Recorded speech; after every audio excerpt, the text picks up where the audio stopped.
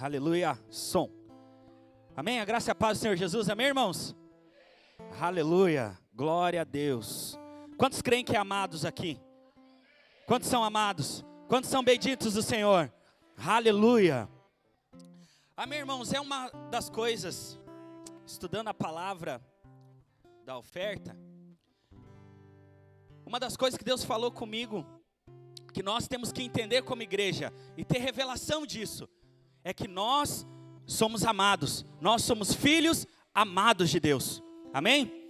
Então, quando nós entendemos isso, há algo aqui que tem que ser o centro, alguém tem que ser o centro do quê? Da nossa vida, e esse alguém é o centro do evangelho, e quem é? Jesus. Jesus, ele tem que ser o centro, o alvo, aquele a quem nós temos que olhar. Ele é o caminho, a palavra de Deus diz, que ele é o caminho, a verdade e a vida. Então nós temos que ter ele como centro das nossas vidas. E tendo ele como centro, nós temos revelação de que ele é o Filho de Deus. E Deus, e Jesus sendo Filho de Deus, ele fez algo. Ele obedeceu o Pai. O Pai, nós sabemos disso. Se você não sabe, vai ficar sabendo hoje de Jesus. O Pai nos amou tanto que entregou o seu Filho para morrer em nosso lugar. Então, isso mostra o que para nós hoje? A graça de Deus. Que Ele transmitiu através do Filho, dando o seu Filho para morrer pelos nossos pecados. Então, a graça é mostrar quem a pessoa já é em Cristo Jesus.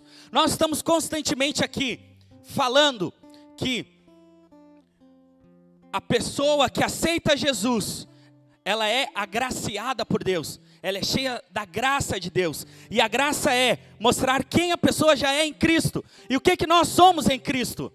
Nós somos justificados, amém? Nós somos salvos, nós somos ricos, e há uma série de coisas que a palavra de Deus fala ao nosso respeito. Então a graça é revelar para as outras pessoas quem ela já é em Cristo, amém? Então, vamos ver Jesus. Jesus, ele nos deixa uma herança, que é o que? Ele se tornou pecador para que nós pudéssemos nos tornar o que? Justos, justificados hoje. Então ele se tornou pecador. Jesus também se tornou o que? Pobre, para que nós pudéssemos ser ricos, amém? Então Jesus, ele nos deixa essa herança, e nós podemos tomar a posse da herança como? Quando o nosso parente mais próximo morre. Jesus foi na cruz e morreu, então nós temos direito a uma herança, e nós devemos reivindicar essa herança, amém? Então em Mateus capítulo 3, não precisa abrir, mas lá em Mateus capítulo 3 diz que Jesus, ele foi batizado por João Batista, e ele ouve uma voz, e essa voz diz assim: este é o meu filho amado, em quem eu tenho prazer. E logo depois, Jesus é conduzido para o deserto, para ser tentado pelo diabo, e a primeira tentação que o diabo faz para com Jesus, o que ele fala? Se és o Filho de Deus, transforme essas pedras em pães. O que o diabo estava fazendo aqui? Ele estava lançando dúvida daquilo que Deus já tinha falado, quem Jesus era. O diabo está constantemente falando para você tentar ser quem você já é. Jesus ouviu a voz do Pai falando: você é o meu filho amado, em quem eu tenho prazer. O diabo chega e fala: se tu és o Filho de Deus, transforma essas pedras em pães. E a resposta de Jesus é qual? Nem só de pão viverá o homem, mas da palavra que sai da boca de Deus. Ele recém tinha ouvido a voz de Deus falando que ele era filho amado. Então o que ele estava falando para Satanás? Ei, eu não preciso provar, porque o Pai já falou quem eu sou. Eu sou filho amado e ele tem prazer em mim. Então eu não preciso fazer algo para que isso prove que eu sou filho. Basta ouvir o que o Pai falou ao meu respeito. E o Pai fala ao meu e ao seu respeito que nós somos ricos nele, nós somos salvos nele, nós somos justificados nele. Eu e você somos justos, santos por causa de Jesus. Por isso que ele tem que ser o nosso foco. Jesus tem que ser o centro. Amém?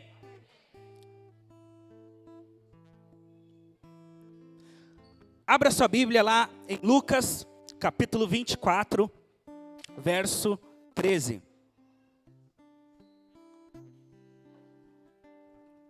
Lucas, capítulo 24, verso 13. Aqui a Bíblia fala sobre os discípulos no caminho de Emaús. Vamos ler juntos. Naquele mesmo dia, 2 deles estavam indo para um povoado chamado Emaús, a 11 quilômetros de Jerusalém. Pode passar. No caminho, conversando a respeito de tudo o que havia acontecido, enquanto conversavam e discutiam, o próprio Jesus se aproximou e começou a caminhar com eles. Mas os olhos deles foram impedidos de reconhecê-lo. Próximo. Ele lhes perguntou: sobre o que vocês estão discutindo enquanto caminham? Eles pararam com os rostos entristecidos. Próximo. Um deles, chamado Cleopas, perguntou-lhe: você é o único visitante em Jerusalém que não sabe das coisas que ali aconteceram nesses dias? Que coisas? Perguntou Jesus. O que aconteceu com Jesus de Nazaré? Responderam eles: ele era um profeta, poderoso em palavras e em obras diante de Deus e de todo o povo. Jesus aqui, para esses discípulos, ele não era o centro, ele não era o alvo. O que nos fala olhar para o centro? Eu posso olhar aqui para o centro, eu consigo ver pessoas à minha direita e pessoas à minha esquerda, mas o meu olho está fitado lá atrás, lá no obreiro Jerônimo. Meus olhos estão fitados nele, e é assim que nós temos que ser com Jesus. Nós temos que fitar os olhos nele. Mas Evandro, como que tu diz isso, que os olhos daqueles discípulos não estavam fitados em Jesus?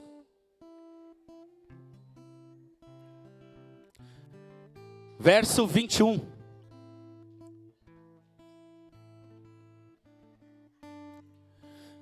E nós esperávamos que era ele que ia trazer a redenção a Israel. A redenção mais forte. A redenção O que era o centro deles aqui? Era quem? Era Israel. Israel era o centro, não era Jesus. Tanto que eles falaram que Jesus era o varão profeta e não o Messias. E Jesus já tinha falado que ele era o Messias. Mas eles falavam o quê? Eles falaram ali que ele era um varão profeta. E os olhos deles estavam o quê? Fitados aonde? Na libertação de Israel. Eles criam que Jesus ia trazer a libertação de Israel do jugo romano.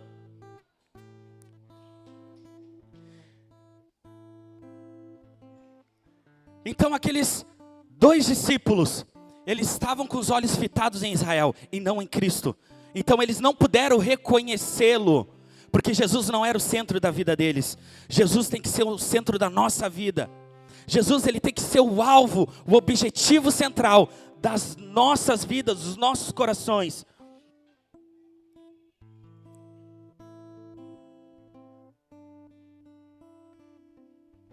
Então quantas vezes nós também achamos ou imaginamos que com esse emprego eu achei que Jesus ia o quê? Me abençoar. Eu achei que Jesus aqui preparou esse emprego para me abençoar. O que ele estava falando? No verso 21, mostra ali novamente.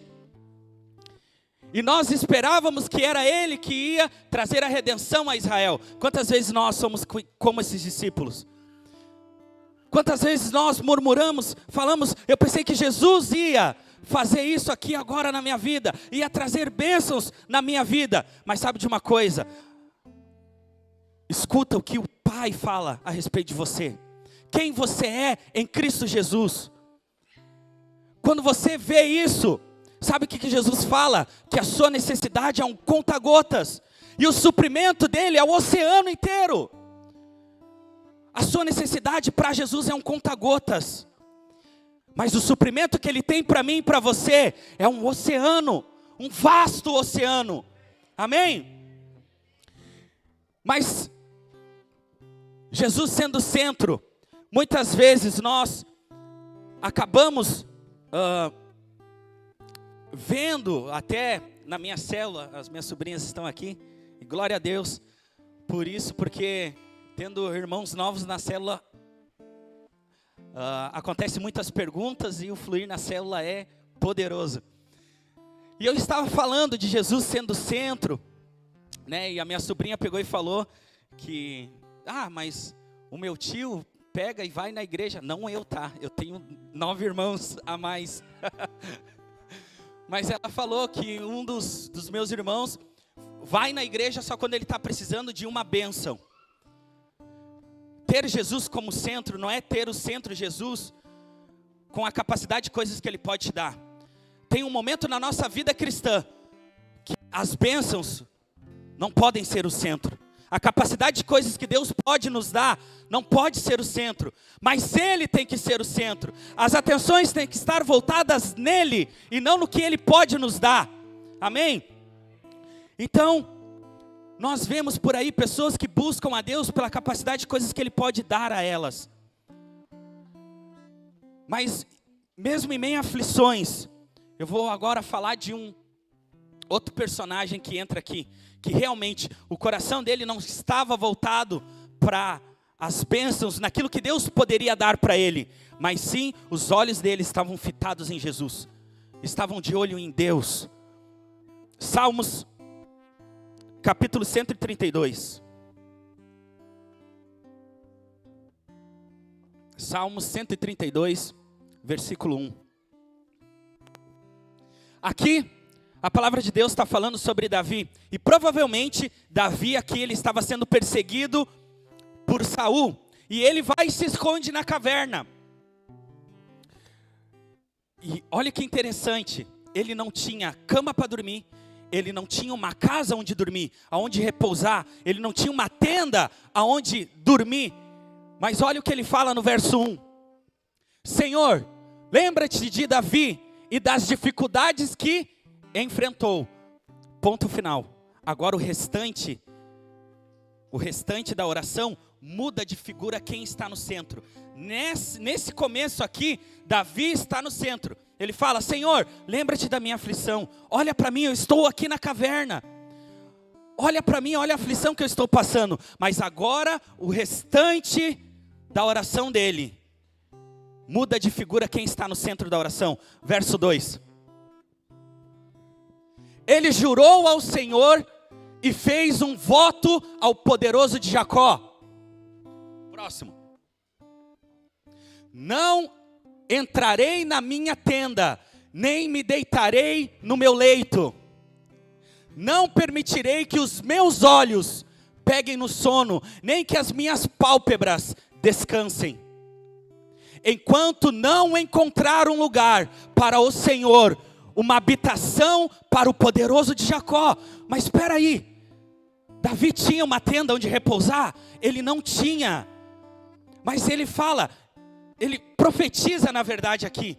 Davi ele profetiza, ele fala, hoje eu não tenho uma tenda, mas eu sei que Deus vai dar. Mas ele para e pensa, mas aonde o Senhor habita? Aonde o meu Deus, o poderoso de Jacó habita? Ele ficou preocupado com as coisas de Deus, aonde Deus ia morar e não ele. Ele coloca Deus no centro daquilo. Por isso que, provavelmente, Davi é conhecido como o homem segundo o coração de Deus, por causa disso. Porque o centro era ele, era Deus. Ele não estava preocupado se ele não tinha uma tenda ou uma cama onde repousar. Quantas vezes nós murmuramos com aquilo que Deus dá para nós? Às vezes nas tribulações nós reclamamos, mas coloque Ele no centro. A empresa não está indo muito bem, coloque Jesus no centro da tua empresa. Jesus é o melhor sócio, sabia?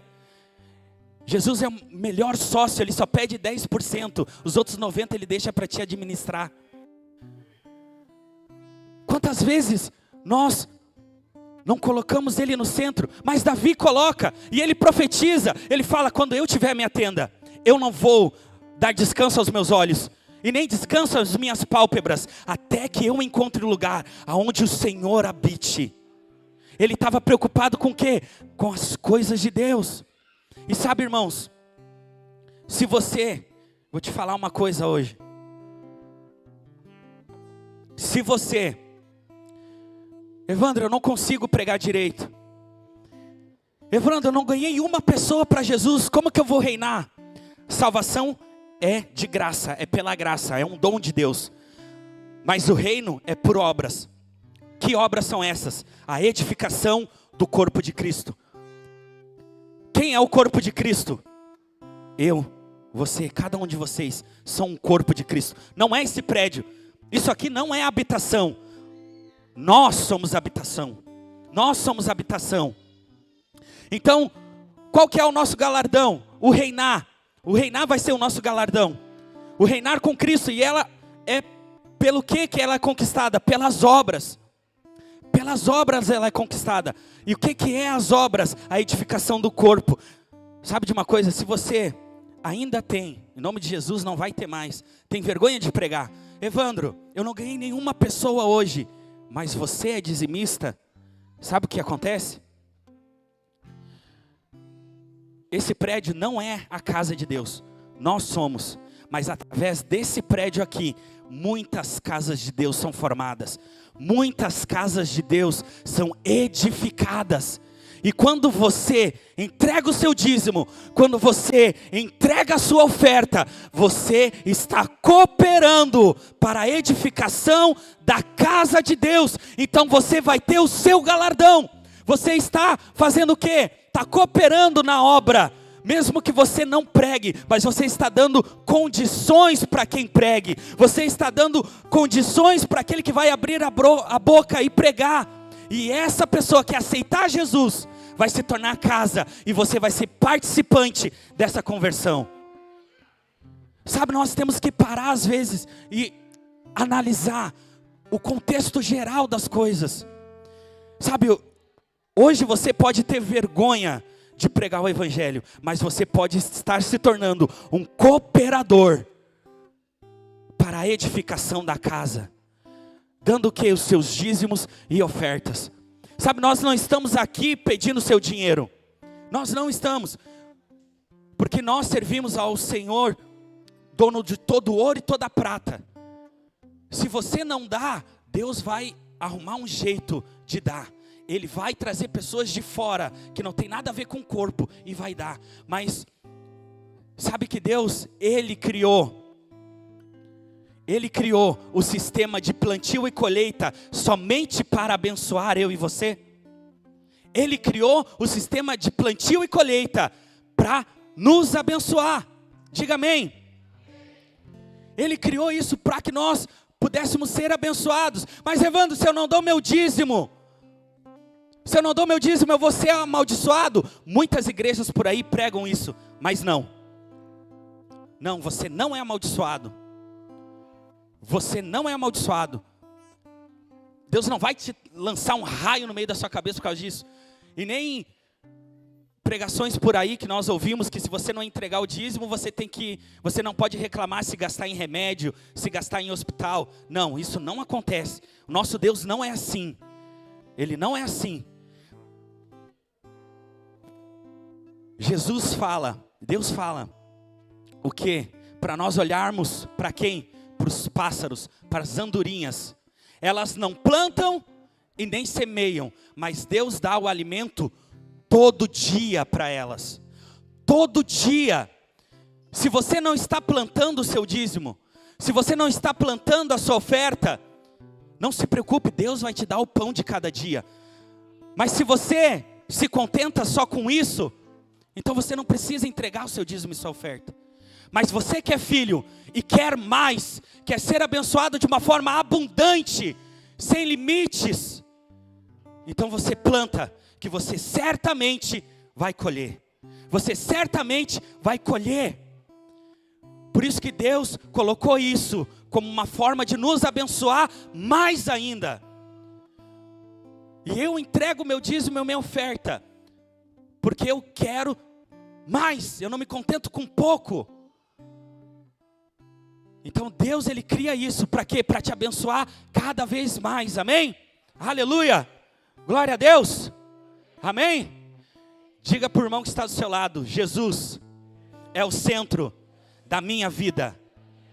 Para o irmão que está do outro lado, diga: Jesus é o centro da minha vida, aleluia. Então, você se coloca em pé. Alguns avisos: nós estamos mudando o nosso envelope de dizimistas, tá? Com um novo slogan. Então você que já é dizimista, está com o seu envelope lá atrás, não se preocupe. Nós da equipe, nós temos o cadastro de todos os dizimistas. Nós vamos colocar aqui o seu nome impresso, bonitinho aqui, tá? Você que não é dizimista ainda no nosso meio e vai se tornar dizimista no nosso meio, você procure um dos irmãos da equipe, procure o nosso tesoureiro, o obreiro Jerônimo, e dê o seu nome para ele, para nós já colocar o seu nome bonitinho aqui impresso, amém? E você que está em casa e quer entregar o seu dízimo, a sua oferta, vai estar passando na tela, em algum lugar do canto aqui da tela, vai estar passando o nosso Pix, embaixo aqui, vai estar passando o Pix para você fazer a transferência. Os irmãos teriam que ter colocado o Pix aqui também, a foto aqui, por favor. Os irmãos que fizerem os seus dízimos, que estão em casa e fizerem pelo Pix, mande o comprovante para o nosso obreiro Jerônimo, especificando o que é oferta e o que é dízimo, amém? Para nós colocarmos no relatório. Separe a sua oferta, os seus dízimos, coloque eles no seu coração, as ofertas das células também, amém? Vamos orar. Amém, Senhor, nós cremos, ó Deus, que nós somos filhos amados. Ó Pai, nós cremos, ó Deus, que tudo que Jesus é, nós também somos, porque Ele assim fez na cruz. E nós cremos, ó Deus, na obra consumada de Jesus. Nós cremos, ó Deus, na provisão abundante, ó Deus, em o nome de Jesus, na vida de cada um dos nossos irmãos. Ó Pai, prospera, ó Deus, aqueles, ó Deus, que são autônomos, ó Deus, prospera as suas empresas, ó Deus, aqueles que estão, ó Deus, procurando trabalho, ó Pai, eu declaro portas abertas ainda nessa semana. Ó Deus, eu declaro em o nome de Jesus, aqueles, ó Deus, que já têm o seu emprego, eu declaro, ó Deus, em o nome de Jesus, ó Deus, eu declaro sobre a vida deles as bênçãos dos mais altos céus. Ó Deus, eu declaro, ó Deus, promoções em o nome de Jesus, posições de destaque em o nome de Jesus. Diga amém. Aleluia. Pode trazer os seus dízimos e as suas ofertas e as ofertas de célula. Aleluia.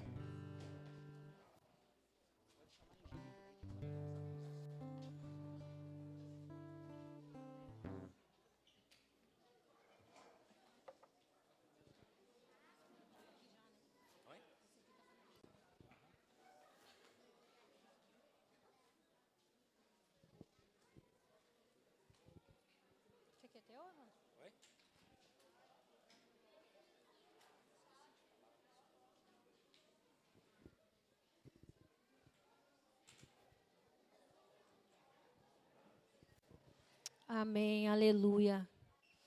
Glória a Deus. Primeiro quero liberar as crianças aqui de 2 até 2 anos. O seu culto vai começar agorinha. Sem correr, não precisa correr. Tem tempo aí para começar e para concluir. Deus vos abençoe. Vai ser um culto poderoso em nome de Jesus, cheio da palavra de Deus, da unção, discernimento. Amém, igreja?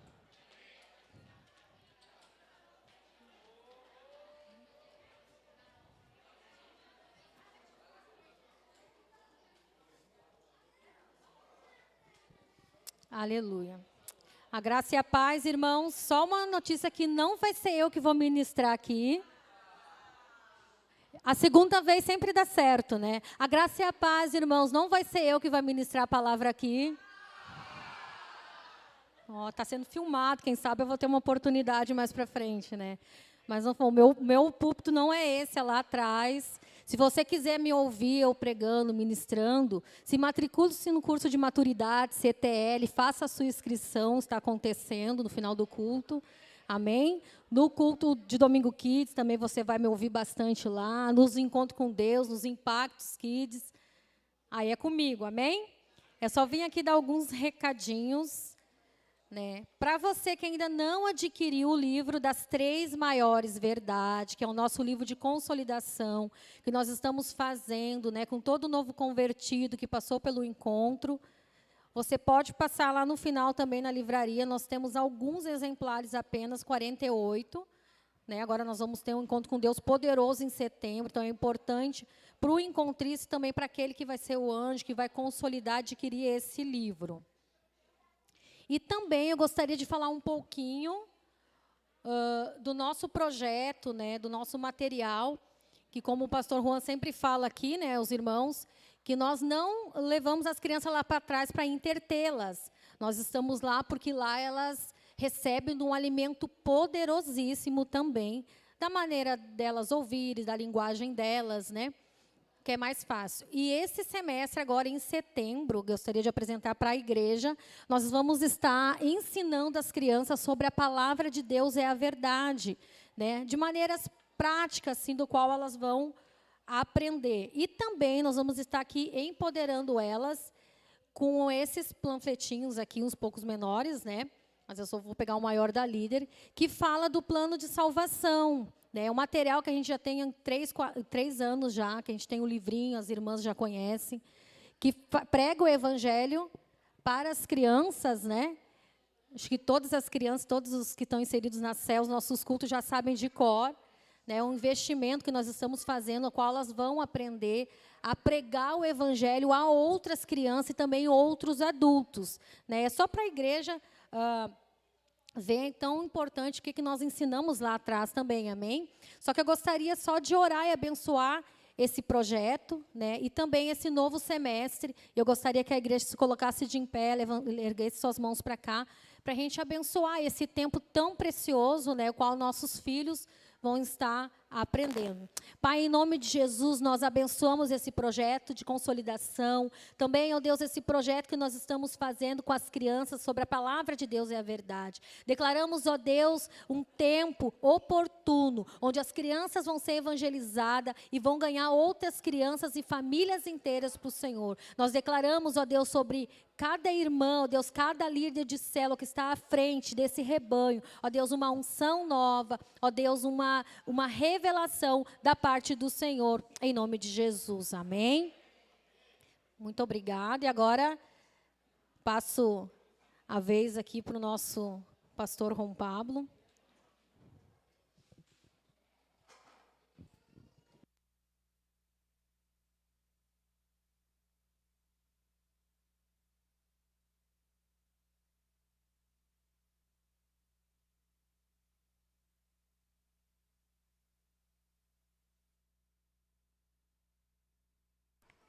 Aleluia, glória a Deus, aleluia, aleluia, aleluia, glória a Deus, aleluia. A graça e a paz do Senhor Jesus, amém, irmãos? Tem gente feliz aqui nessa noite? Glória a Deus, obrigado pelo café. A Bíblia diz que se der um copo de água para um profeta, vai ter galardão. Café é galardão 3 vezes mais. Obrigado, aleluia. Amém, irmãos? Os irmãos perceberam que nós estamos mudando algumas coisas aqui no nosso prédio para poder comportar mais gente e também melhorar para você. Estamos mudando, tiramos o tapume. Os irmãos tudo perguntando, pastor, o senhor deu a voadeira? A voadeira foi tão forte que ele veio parar aqui atrás. Nós usamos aquele material para fechar uma sala aqui, que nós estávamos precisando, então unimos o útil ao agradável. Então, estamos com as salas prontas. Amanhã inicia curso de maturidade no Espírito, inicia o curso de treinamento de líderes e o tão esperado seminário pastoral. Então amanhã, a partir de amanhã então, todas as segundas e sextas-feiras esse prédio vai estar movimentado através dos nossos cursos de treinamento. Nós cremos que todo cristão precisa ser treinado. Nós não cremos que crente é alguém que senta num banco, numa cadeira ou qualquer lugar que ele se acomode, todo domingo ou segunda, ou seja qual for o dia, só para participar de um culto e ir embora para casa e assim será. Nós fomos chamados para reinar com Jesus, amém? Reinar com Jesus tem a ver com treinamento nessa terra. Por isso que eu sempre falo, os nossos cultos, nossos cursos, são treinamentos para que você possa exercer o cristianismo daquela porta para fora. Ser cristão é lá fora. Acredito que nós estamos sendo treinados para isso. Amém? Glória a Deus. Eu estou muito feliz porque vai ser um tempo de muita aula, muito treinamento, muita revelação, muita clareza. Nós temos, se não me falha a memória, 19 seminaristas, é isso? É? Pela minha última contagem era 19. Lá no grupo tem mais. Mas amanhã nós vamos fazer a seleção de quem não está no seminário para nós tirarmos do grupo e deixar só os seminaristas. Porque amanhã começa de fato na sala de aula, nós vamos ver quem são os seminaristas. E para quem tinha só 2 e acontecia o que acontecia aqui, com 19 você se prepara para ver o que vai acontecer. Aleluia! Vai ser muito precioso e muito poderoso que Deus vai fazer. Eu estou muito alegre porque isso é sinal que os nossos seminaristas, 2 que estiveram aqui, eles foram influência. Né? Se você percebe que tem 19 que vão fazer, é porque eles viram o que o seminário causou na vida daqueles 2. Porque se não funcionasse, não acontecesse nada, você acha que nós teríamos 19? Não teríamos. Eu sempre falo que esses 2, eles foram o próprio testemunho para esses 19. Mas se 2 produziram 19, nos próximos 2 anos, o que esses 19 vão produzir? Vai ser um grande avivamento, pode ter certeza disso, um tempo oportuno para nós. Então, se você não fez ainda a sua matrícula de seminário, não, seminário já encerrou, mas de maturidade e CTL, ainda dá tempo. Pastor, eu quero fazer esse curso. Como que funciona? O curso de maturidade no Espírito, ele tem 2 modalidades. Uma é presencial, nós temos uma sala de aula, toda segunda, das 7h30 às 10h20, é isso? 22h20 ou 22h40?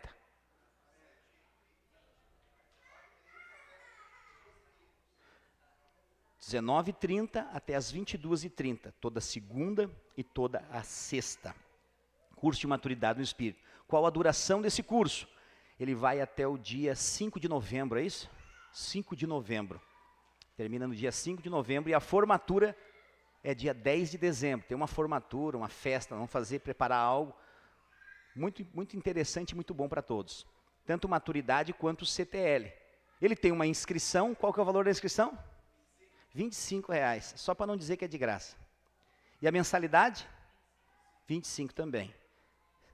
Sim, um curso dessa magnitude, ele é só para não dizer que nós estamos fazendo de graça. Para comprar o material e poder te dar um suporte de estrutura. Então, você pode fazer a inscrição hoje com o Márcio Gonçalves, que vai estar lá atrás, com uma mesinha.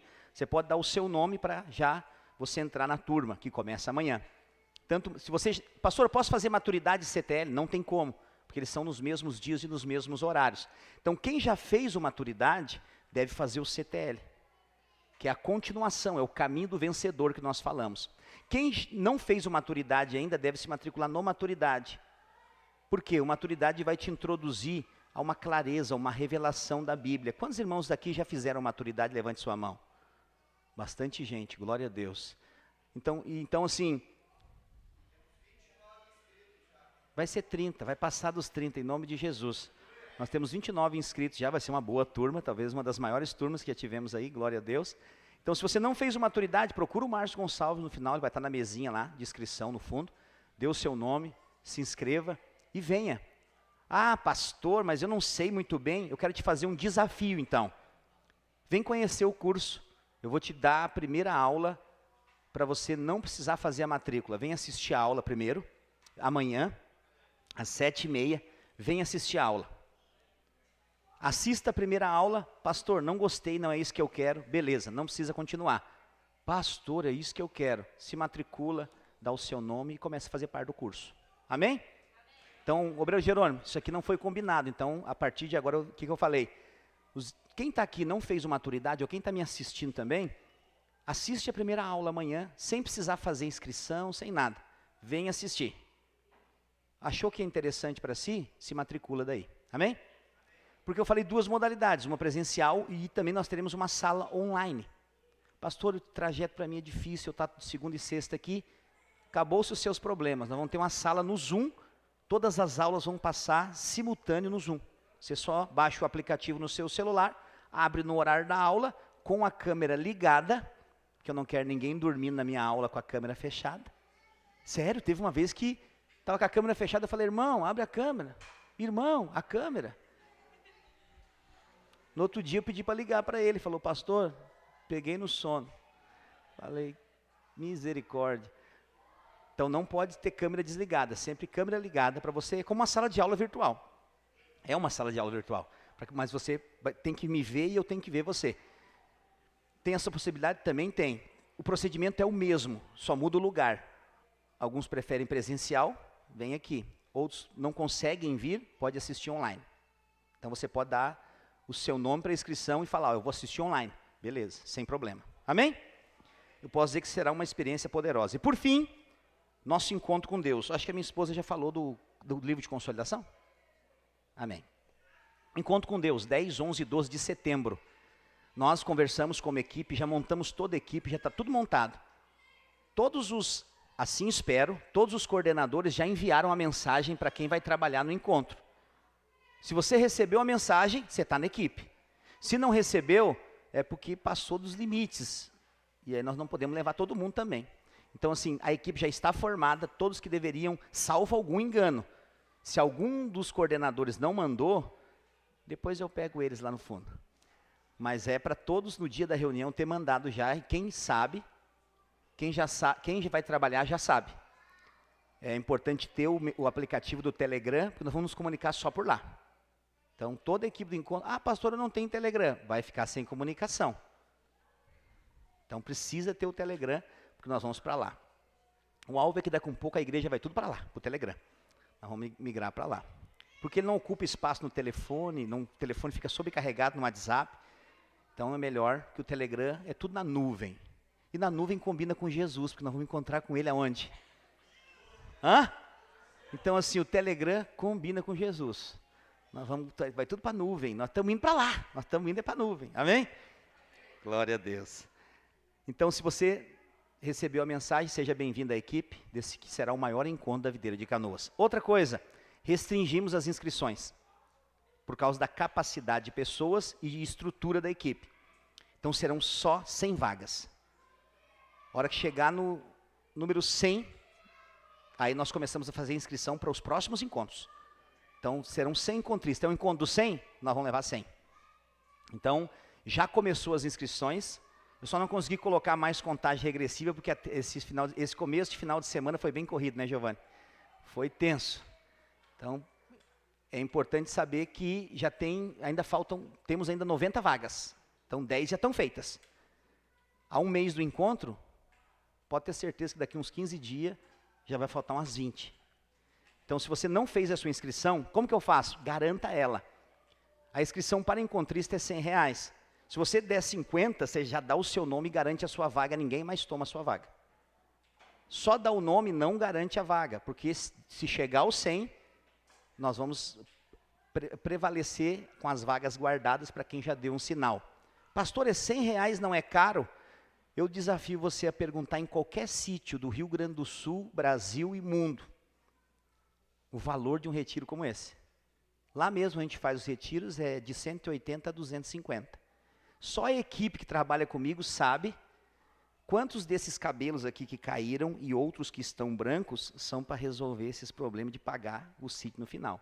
Deus sempre tem nos honrado, porque Deus sempre supre as nossas necessidades. Mas só estou falando isso porque às vezes as pessoas pensam assim, que eu não estou falando só para você, eu estou falando aqui para essa câmerazinha que está multiplicando essa palavra para um monte de lugar. Tem umas pessoas que têm má índole e falam assim, esse pastor aí está querendo dinheiro. Não quero dinheiro. Se eu quisesse, o encontro seria R$500. Aí você poderia dizer, esse pastor quer dinheiro. Não, eu quero ganhar vidas para Jesus. Esse é o objetivo. Então nós enxugamos o máximo que deu. Nós estamos aí, eu acho que há uns 3 anos fazendo um encontro ao mesmo preço. Né? Se você entender que a gasolina subiu, a comida subiu, tudo subiu. Nós fazia a cozinha do encontro com R$500. Hoje com 1.000 não faz. Então só estou te explicando que o valor é baixo. Mas mesmo assim, eu falei para a nossa equipe, nós vamos continuar com esse valor baixo, porque nós queremos salvar gente. E nós vamos vender galeto, eu preciso que você me ajude com isso. Nós vamos fazer um galeto dia 4 de setembro, para custear alguma alimentação do encontro. Então todo o dinheiro desse galeto, do dia 4 de setembro, nosso alvo é vender 150 galetos. Então eu estou aqui estendendo, nós somos uma família, amém? Por isso que eu estou falando isso. Eu quero contar com você para pelo menos vender um galeto. Se cada um aqui que estiver comigo vender um galeto, lembrando que alguns venderam 17 nesse último, uma só pessoa. Então se cada um vender um, nós já batemos o nosso alvo e conseguimos manter os R$100 da inscrição. Nós vamos manter. Amém? Louva a Deus pela vida dos irmãos. De avisos, era isso. Não deixe de fazer a sua inscrição e garantir a sua vaga. Vai ser a maior experiência da sua vida, pode ter certeza. Irmãos, hoje eu vou dar continuidade a uma palavra que eu comecei há 2 domingos atrás. Eu falava sobre o segundo toque. Quem lembra? Quem estava aqui? Amém. Hoje eu mudei um pouco o título dela. E eu botei, creia em um segundo toque. Por quê? Dentro desse falar de Deus para nós, e a palavra de Deus é uma palavra viva e verdadeira, nós precisamos nos relacionar com a palavra, crendo que ela é a verdade de Deus, e quando nós nos relacionamos com essa palavra, com essa base, nós vamos experimentar tudo que a palavra tem para nós, amém? Do menor ao maior. Nós temos agora um culto acontecendo, 2, 3, esse, o dos kids e o dos juvenis. E muitas pessoas me perguntam, algumas que não nos conhecem, pastor, por que vocês tiram as crianças do culto? É para não incomodar, né? Nós tiramos para treiná-las. Elas estão sendo, percebeu a quantidade de material que a minha esposa mostrou aqui? Isso aqui é só pensando neles. Ah, mas criança prega o evangelho? Prega. Prega e é usada. Um dia um profeta da Áustria me encontrou, lá em Sapucaia, quando era pastor. Ele profetizou 2 coisas na minha vida. Uma delas é que eu estaria aqui. Eu nem sonhava em sair de lá. Eu tinha um projeto para aquela cidade, até aquele profeta chegar. Deus manda ele da Áustria para ir lá no nosso culto para dizer, Deus está te levando para um lugar maior. Deus está ampliando o teu ministério. A cronologia de Deus é tão poderosa, que quando eu fui para ser enviado daqui, e muita gente não sabe, mas eu estava sendo enviado para ser pastor em São Leopoldo, estava tudo certo, já tinha visto casa, a mala estava pronta, domingo eu vim aqui para participar do culto, e segunda eu estava indo para São Leopoldo, sendo enviado. Esse mesmo profeta vem aqui, numa jesucidência, e ele fala, eu tenho algo para profetizar sobre a vida do pastor dessa igreja, você não vai sair daqui. Isso não dependia de mim, dependia da minha liderança. Eu mesmo não queria ir. E eu fui orar para Deus e disse, Senhor, eu não quero sair porque eu sei que o Senhor tem uma obra para fazer na minha vida e através da minha vida nessa cidade. Mas eu sou obediente. E se me mandaram ir, eu vou. Mas Deus moveu os céus e terra, Ele veio parar aqui. E por causa dessa vinda dele, cancelaram a minha ida. Falaram, não, tem que ficar. Deus falou, vai ficar. Eu falei, louvado seja o nome de Jesus. Por que eu estou falando isso? Porque esse mesmo profeta, lá em Sapucaia, falou, tem um dos teus filhos. Ele, fala inglês, e a tradução foi simultânea. E deu a entender que era um filho que a minha esposa ia ter, mas nós já tínhamos a Adassa. E depois ele explicou que ia ter um dos nossos filhos, que nós não ia precisar nos preocupar em ensinar o evangelho para ele. Não ia precisar se preocupar em forçar nada, que ele já nasceu com um propósito específico, de ser conduzido pela doçura do Espírito Santo. Ele falou isso. Muito tempo isso ficou para trás, esquecido. Nessa noite o Espírito Santo me lembrou disso. Por quê? Porque tem acontecido algumas coisas, né? E ontem aconteceu algo muito precioso. A minha filha mais nova foi usada assim de uma forma... Eu estou ouvindo os burburinhos até agora. Eu fico feliz, eu sou pai, sou pastor, e eu quero que os meus filhos sigam esse caminho. E graças a Deus todos seguem. Mas ela tem uma sensibilidade. Os outros estão aqui, mas assim, que eles não fiquem bravos. Todos têm sensibilidade. Cada um na sua área. E a área dela é o mover do Espírito. Só que ela só tem 10 anos. E aí os irmãos me contando, ontem ela foi fazer uma visita junto com os irmãos, eu não ia deixar, porque normalmente eu não deixo, vai só o mais velho e a outra mais velha. E ela falou, pai, eu tenho que ir. Eu falei, não vai. Eu tenho que ir, pai, eu tenho que ir. Eu falei, não, filha, fica conosco, vai ficar só eu e a tua mãe, fica conosco, a caçula sempre fica. Não, eu tenho que ir. Ela me importunou tanto que eu falei, tá bom, vai. E ela foi e disse que foi um mover de Deus, que Deus usou a boca dela lá profeticamente. Que foi uma presença de Deus, um quebrantamento, e qualquer pai fica feliz com isso. Mas por que eu estou dizendo isso? Porque isso não é fruto do acaso e nem da coincidência. Ela viu que eu estava falando dela. Não é coincidência. É dia após dia. Nós queremos que as coisas aconteçam no nosso tempo. Mas Deus tem um tempo determinado para todas as coisas. E não importa se é uma criança de 2 anos ou 1 ano, ou se é um adulto com 99, 100 anos. Se Deus decidir usar, Ele vai usar. Então apenas creia que o nosso trabalho com crianças, ele é para gerar os profetas, pastores, líderes, não do amanhã, que já podem ser usados hoje. O seu filho é um perigo na mão do Espírito Santo. Porque ele é um canal de Deus poderoso. Sério, já teve pais que falaram assim, pastor, eu contei aqui, eu acho que domingo passado isso. Pastor, eu fui pegar, meu filho está indo no Binkids, está aprendendo lá, está na célula de criança. Aí, claro, final de semana eu estou lá, pegar um vinhozinho, botei na tacinha para tomar um cálicezinho. Ele falou, olhou para mim e falou assim, vai ceiar, pai? Essas crianças são um perigo na mão de Deus. Então eu quero dizer, não deixe o seu filho de fora desse mover. Seja culto kids, seja célula kids, seja encontro kids, seja casa de milagre kids, que vai acontecer paralelo com o encontro essa vez. Se prepare, enquanto o encontro com Deus está acontecendo, vai acontecer uma casa de milagre kids paralela. Então, ao mesmo tempo que pais vão converter, crianças vão converter lá dentro daquela casa, vai ser algo muito poderoso. Isso é novo, né? Nós nunca fizemos, vai ser a primeira vez, mas eu acho que vai startar um tempo precioso. Então, né, se você for, posso levar meu filho? Pode. Vai ser um tempo muito precioso para eles também. Amém? Agora, por que eu estou falando tudo isso? Tem a ver com a palavra que eu vou te ministrar nessa noite. Eu falei sobre sobre Marcos 8, 22 ao 26 no primeiro momento. Mas hoje eu quero dar enfoque nessa mensagem em 1 Reis 19. Por quê? Porque em 1 Reis 19, nós encontramos um momento da história do profeta Elias. Esse é o título da mensagem de hoje. Creia em um segundo toque. E o tema é 1 Reis 19. Já já eu te passo os versículos.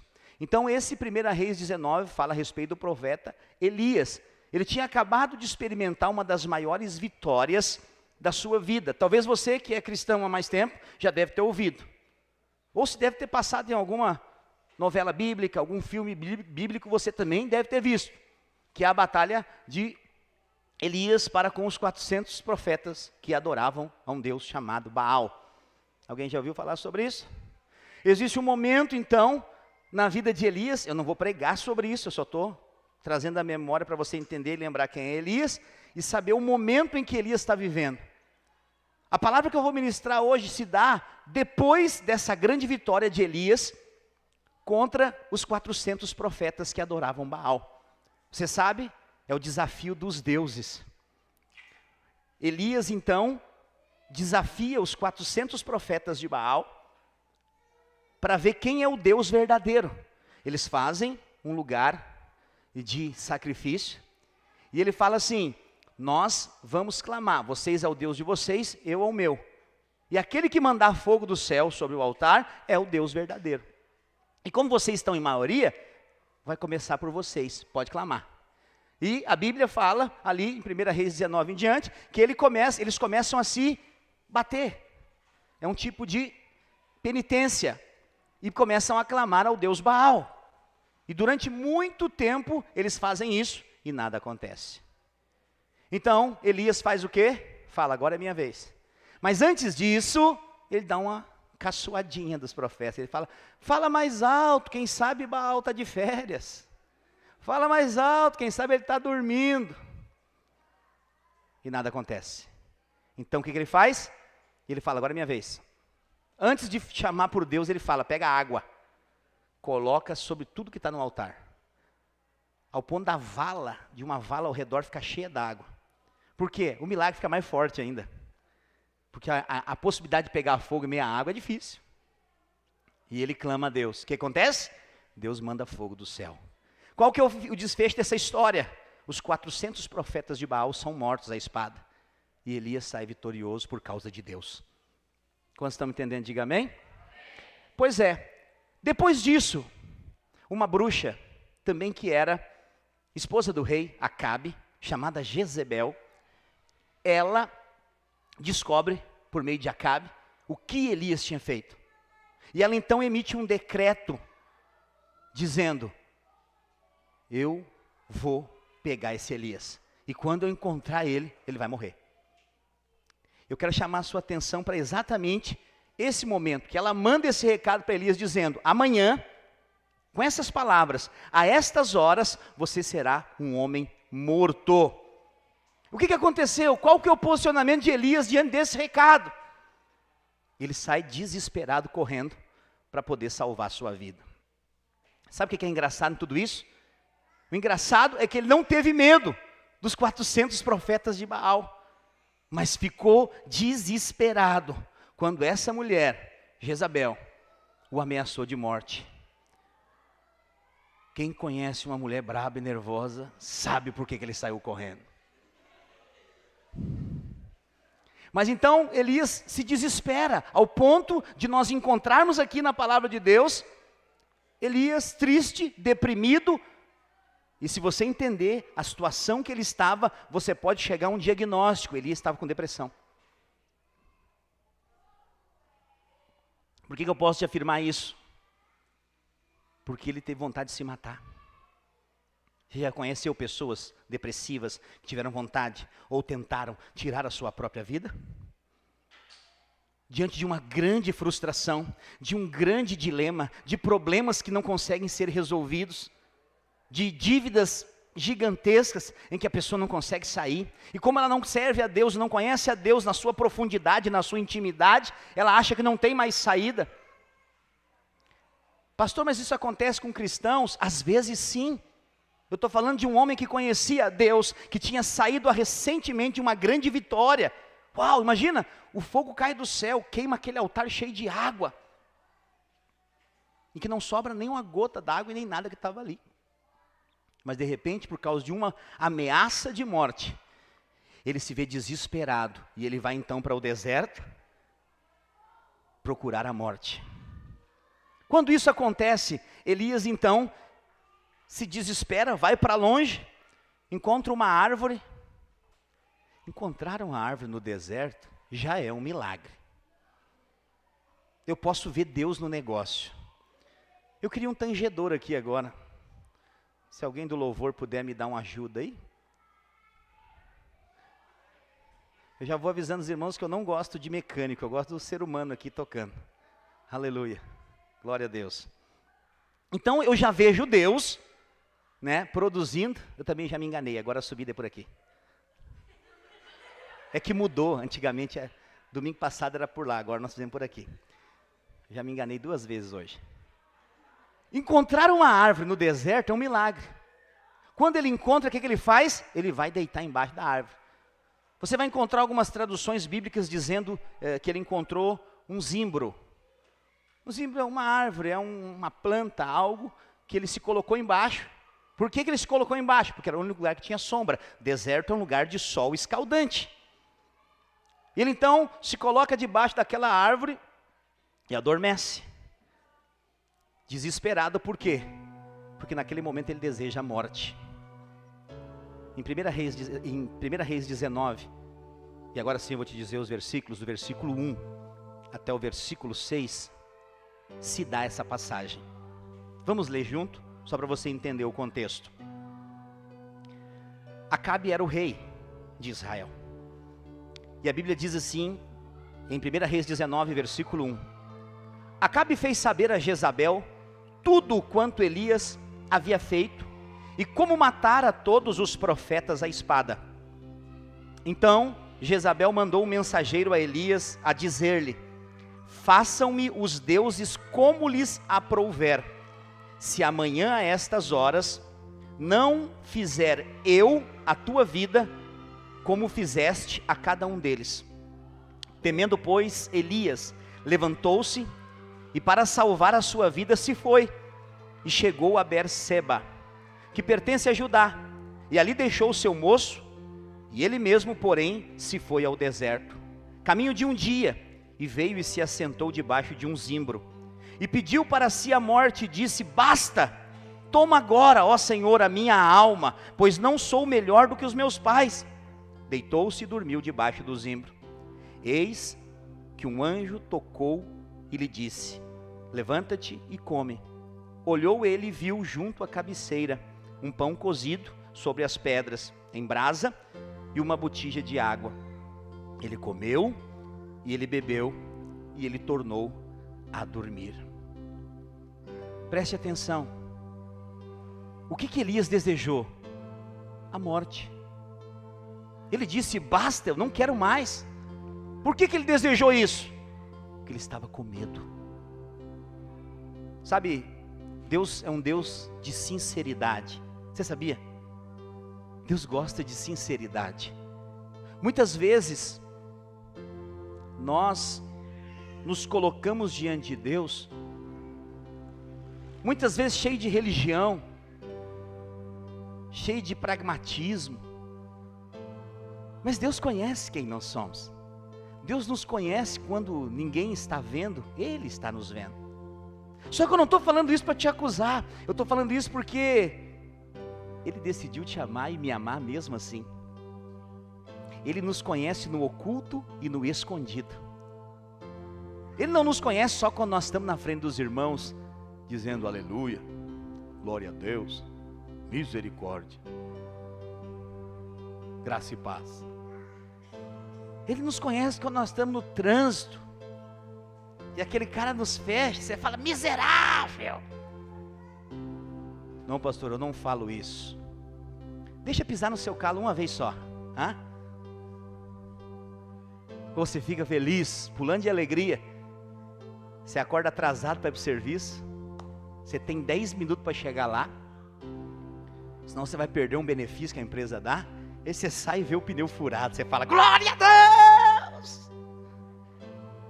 Se você faz isso, você é um anjo, seu lugar é no céu.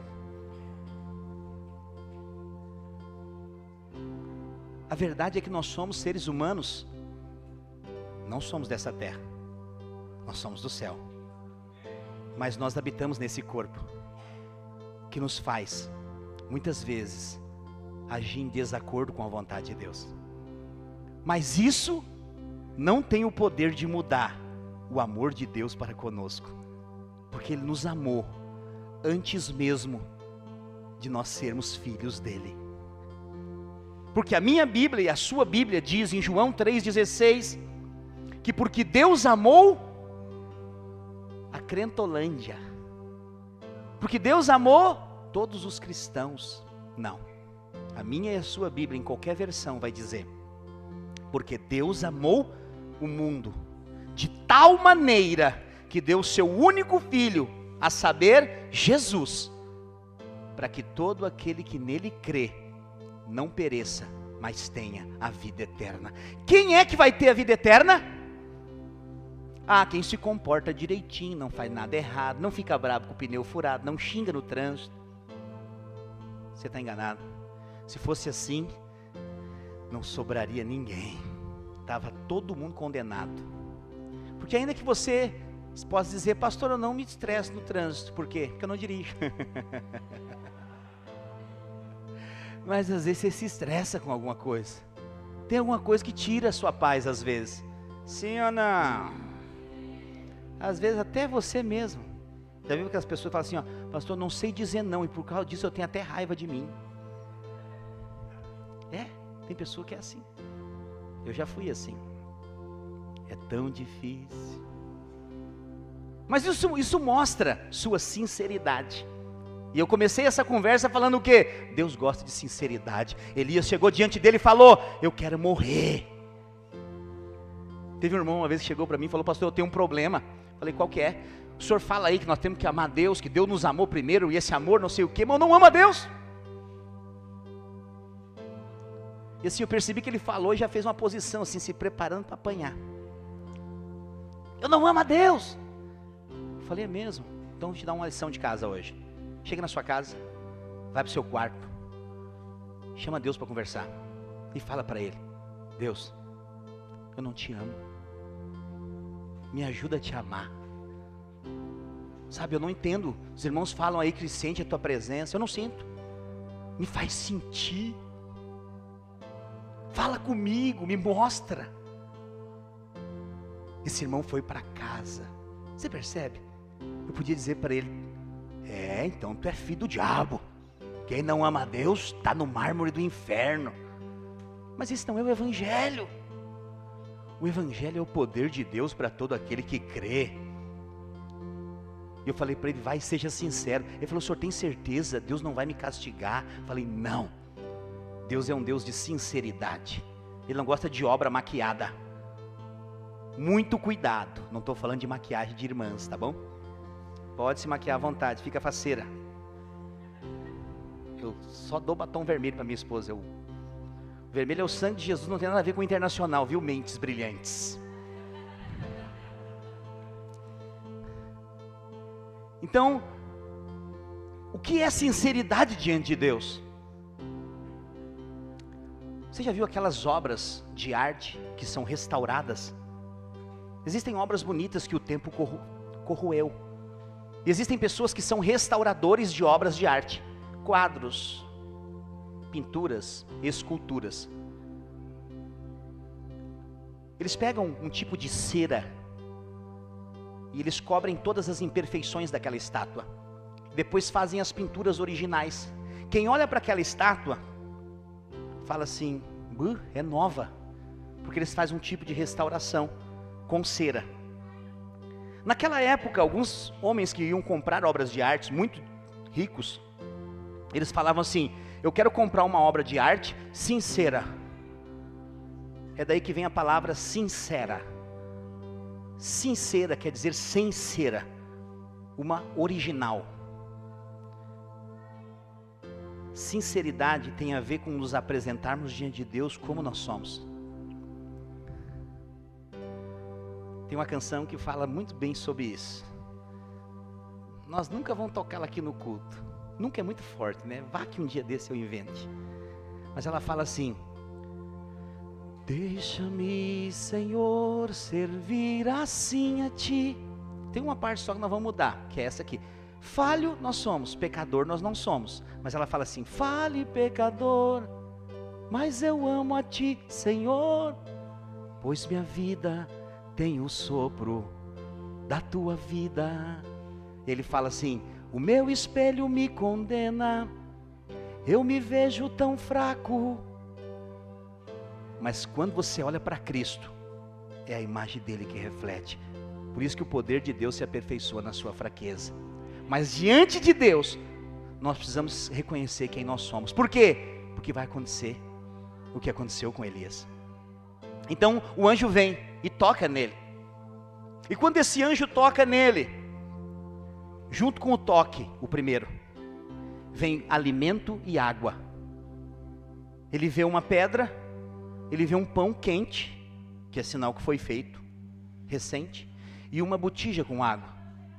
Você concorda comigo que Deus podia ter dito para o anjo, avisa ele, para ele pegar a farinha em tal lugar, e em outro lugar tem uma vertente, ele busca água. Já não seria glória no meio do deserto?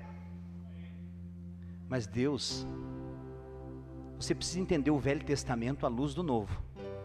E é isso que eu quero fazer você entender nessa noite. Por meio do Espírito, é claro. Porque só por meio do Espírito você consegue entender. Deus te ama tanto que Ele vai colocar as coisas nas tuas mãos. Pastor, Deus ajuda quem cedo madruga. Eu acho que Deus ajuda quem confia nele. Por quê? Então o Senhor está nos dizendo que nós não precisamos acordar cedo para trabalhar. Não estou falando nada disso. Eu conheço gente que trabalha dia e noite, presta atenção. Ganha 2, 3 salários e está passando aperto financeiro. Você conhece também? Por quê? Porque deixou de confiar em Deus. Ou porque nunca confiou. Quantos estão me entendendo? Mas com pouco, Deus... Eu também conheço outros que deixaram de ganhar muito para ganhar pouco. E eu estou vendo Deus fazer esse pouco se tornar muito. Porque é assim que Deus faz. Eu estou diante de um homem que está no deserto dizendo: me mata. Deus traz comida. Aí Deus traz comida, sabe o que Ele faz? Ele come e vai dormir de novo. Ele continua com o posicionamento de morrer. A Escritura diz que o anjo voltou, porque o primeiro toque não foi suficiente. Só que o problema é que, assim como Elias, eu quero profetizar na sua vida hoje: o anjo de Deus vai tocar você de novo. Houve um tempo, houve um dia. Eu sei que talvez essa palavra não seja para todos, mas se você crer, você pode recebê-la. Hoje, o anjo de Deus pode te tocar como da primeira vez. Você está aqui, talvez um dia você já teve uma experiência com Deus. Sabe, algo aconteceu e foi tão bom, tão maravilhoso. Você experimentou de um tempo tão maravilhoso, e aí você olha hoje e parece que isso ficou para trás, passou. Parece que não acontece mais. Se você está vivendo assim, é porque você está precisando do segundo toque. E Deus me coloca aqui hoje como uma boca de Deus para dizer para você: o anjo vai te tocar de novo. E o que acontece, pastor? Quando o anjo vem e toca de novo a segunda vez, algo sobrenatural acontece. O segundo toque, ele vai trazer para você um novo fogo, uma nova unção, uma nova visão, uma nova fome, um novo estilo de vida, que tem a ver com fé e dependência de Deus. O segundo toque é quando você vê tudo claramente. Lembra do cego que eu falei no início da palavra, há 2 domingos atrás? Ele recebeu um toque de Jesus, e ele começou a ver homens como árvores. Tá bom, ele era cego, e agora ele está vendo homens como árvores, mas está melhor do que era antes. Só que Deus não quer que você se acomode. Deus não quer que você viva uma vida melhor do que era antes. Deus quer que você viva a plenitude dele para a sua vida. Eu incansavelmente, os irmãos falam: pastor, mas quando é que nós vamos dar uma arrefecida nos motores? Eu falei: quando Jesus voltar. Por quê? É maturidade, é CTL, é seminário, é encontro, é casa de milagre, é oração, é culto. Nós para quando? Quando Jesus voltar. Porque nós não podemos parar. Nós precisamos ser incansável para viver a vontade de Deus. Eu quero dizer, irmãos, se você é um cristão que foi chamado para ficar parado, você está na igreja errada. Porque você foi chamado para uma corrida. O apóstolo Paulo fala que ele estava numa carreira que lhe foi proposta. Tem a ver com corrida. Nós precisamos correr. Tem muita gente, às vezes familiar seu, amigo seu, que nesse momento, nessa hora, está indo para o inferno, e você vai ser uma boca de Deus para dizer para ele: há um Deus que salva. Mas ele vai dizer: eu não quero igreja. Não, Deus não tem a ver com igreja. Deus tem a ver com a pessoa de Jesus Cristo. Pastor, Deus não tem a ver com igreja. A igreja não salva ninguém. Quem salva é Jesus. Você pode estar aqui 200 anos assistindo o culto, se você não crê em Jesus, você não vai ser salvo. Quantos estão me entendendo? Igreja não salva ninguém. Vir em culto não salva ninguém. Jesus, Ele é o Salvador. E quando você crê: então eu posso crer em Jesus e não vir nunca mais. Quem crê em Jesus se torna apaixonado por Ele. Então você não vem no culto porque você quer ser salvo simplesmente. Você está no culto porque você foi salvo por Ele. Você vem adorá-lo porque você é grato por Ele ter te salvado. E você sabe onde Ele está, dentro de você. Ele não está condicionado a um lugar, a uma sala, a um prédio. Não! Vós sois o templo de Deus, o tabernáculo de Deus entre os homens. Ele habita em vós. Então ele vem num segundo momento. 1 Reis 19, 7. Versículos 7 e 8. Ele vem na primeira, do 1 ao 6. Ele toca Elias. Ele acorda, come o pão, toma água e dorme de novo. Versos 7 e 8. Voltou segunda vez. Quando? Quando? Voltou segunda vez o anjo do Senhor. Tocou e lhe disse: levanta-te e come. Por que isso, pastor? Porque crente não bebe, mas come. Desde essa época, era assim. Come. Por quê? Come nos fala de nos fortalecer no corpo. Havia uma jornada para Elias. E essa jornada tinha a ver com uma caminhada. E o corpo dele precisava ser fortalecido. O que Deus fez com o pedido dele para morrer? Deus o ignorou. Deus não deu assunto para ele. Falou: come, filho, teu maior fome. Tem algo que eu tenho que fazer contigo ainda. Você está entendendo? Ele deixou de lado o pedido. E ele fala então, vamos lá. Levanta, come, porque o caminho te será sobremodo longo. Levantou-se, pois, comeu e bebeu, e com a força daquela comida, caminhou 40 dias e 40 noites até Horebe, o monte de Deus. Sabe, eu quero dizer para você hoje, nessa noite, não se acomode da maneira que você está vivendo hoje. Deus tem algo maior para você. Você acha que eu estou acomodado com isso aqui? Isso aqui foi o nosso sonho há um tempo atrás, nós já alcançamos, agora nós queremos algo maior. Pastor, isso aí é ganância. Se você quiser dar o nome de ganância por ver pessoas sendo salvas, famílias serem restauradas, nós somos. Porque eu sei que cada família que está me ouvindo aqui hoje, Deus fez uma obra na sua vida. Eu sei, porque foi assim na minha também. Eu olho para trás e eu vejo, eu estou melhor do que ontem. E amanhã eu estarei melhor do que hoje. E vai chegar um dia que nós estaremos na completa vontade de Deus. Que é o que, pastor? Estaremos com Ele pelos séculos dos séculos. Então quando você entende isso, você se torna obcecado por fazer a vontade de Deus. Mas o que as pessoas vão dizer ao seu respeito? Fanático. Só quer saber de igreja, culto, Deus. Sabe, se as pessoas falarem isso ao seu respeito, pode rir, pode pular de alegria, porque você é um forte candidato para o arrebatamento. Porque o apóstolo Paulo entendeu isso, e quando ele entendeu isso, ele liberou uma frase. Ele disse: não sou eu mais quem vivo, é Cristo que vive em mim. Aí talvez surgiu as perguntas: mas Paulo, você é ser humano, você é carne, você tem que viver nesse mundo.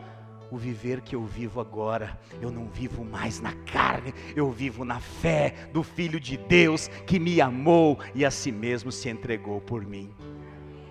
Então ele vivia nessa fé. Nós somos convidados a viver nessa fé.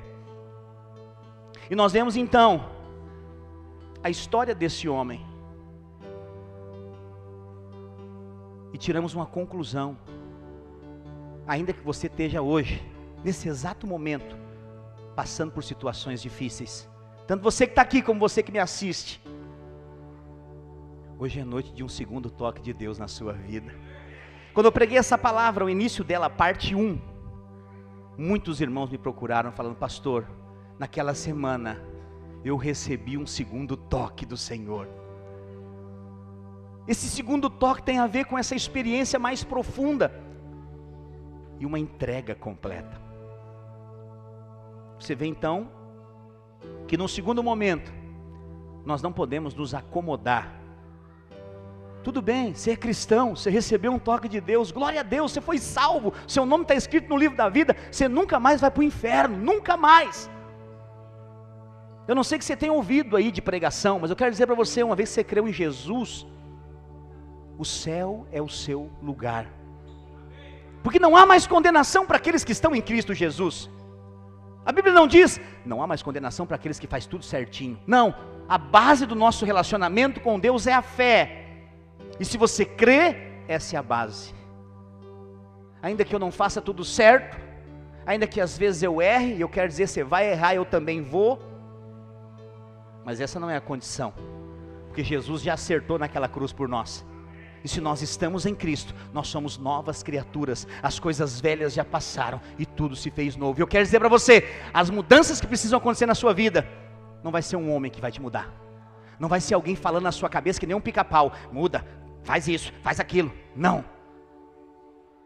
Vai ser o Espírito Santo, suavemente, te conduzindo. E quando você menos espera, você fala, ué, isso aqui mudou na minha vida, e eu nem percebi. Ué, não estou fazendo mais aquilo, mas nem percebi.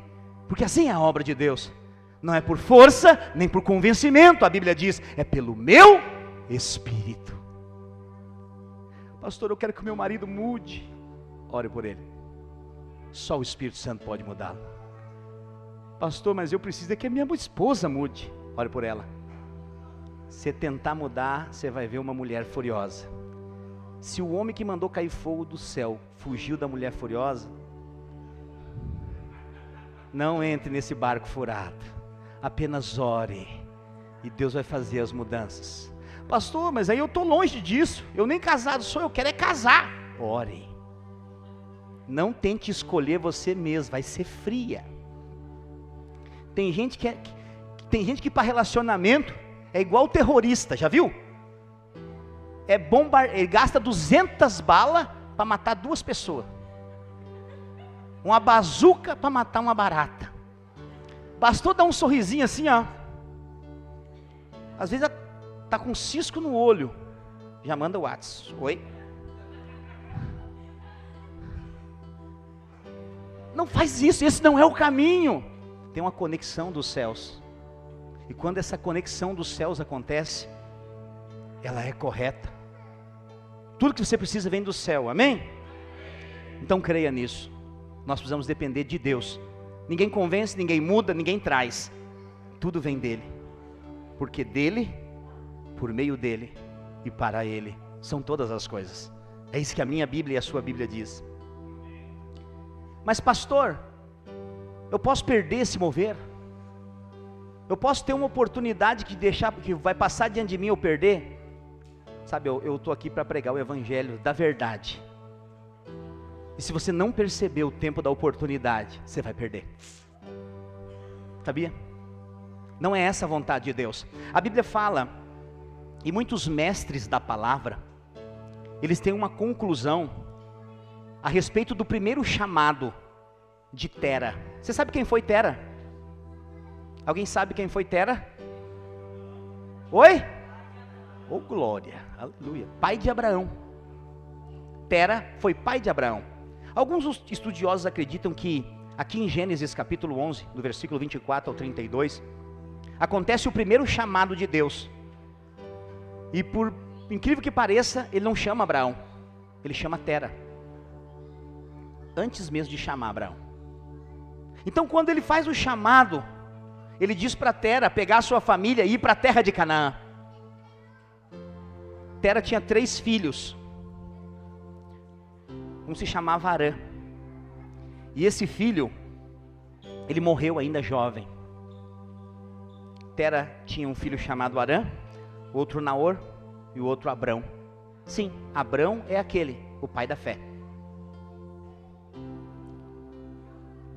O mais novo deles, Arã, morreu. Tera perdeu ele novo. Isso foi um grande problema. Porque quando Deus chama Tera, preste atenção, ele manda Tera ir para a terra prometida. Então Tera pega a sua família, obedece a Deus e segue. Esse foi o primeiro chamado. Fala assim comigo, esse foi o primeiro toque.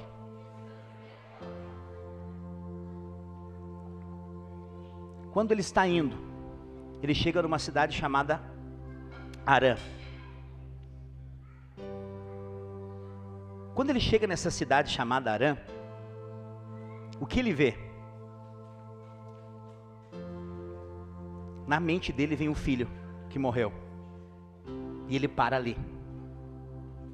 E todos começam a dizer, e aí, vamos prosseguir, nós não chegamos na terra ainda. Ele falou, não, eu vou ficar por aqui, já está bom, eu já estou velho, eu acho que eu já respondi, já saí. Mas aquela terra trouxe à memória dele uma decepção, preste atenção, que é aqui que você pode receber um toque de Deus. Ele começa então a lembrar-se do filho que morreu. Quantas pessoas têm uma experiência desagradável às vezes e culpam Deus? Você já ouviu? Eu já encontrei com pessoas que são ateus. Com todo o amor e carinho, eu não acredito em ateísmo.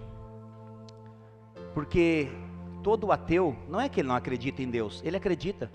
Só que ele teve uma frustração com Deus. E ele decidiu não acreditar mais. Mas lá no fundo, ele sabe que Deus existe. Ele parou, por algum motivo, o chamado de Deus na sua vida. Tem pessoas aqui nessa noite, você parou o chamado de Deus para a sua vida. Sabe, Deus tem um propósito, um plano, um chamado para você.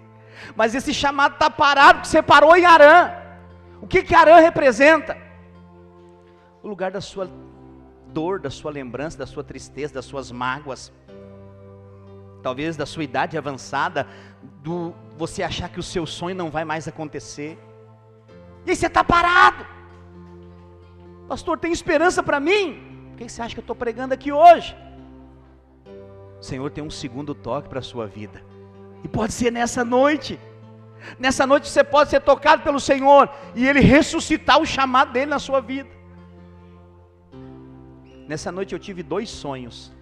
Normalmente eu não me lembro dos meus sonhos. Quase sempre eu não lembro. Mas eu tive 2 sonhos bem claros. Primeiro deles, eu estava num velório de um homem adulto. E tinha uma moça, uma senhora chorando. Eu estava ali, não conhecia ninguém. E o Espírito Santo falou para mim, vai, coloca a mão nos pés dele, porque se os pés dele estiverem quentes, eu vou ressuscitá-lo.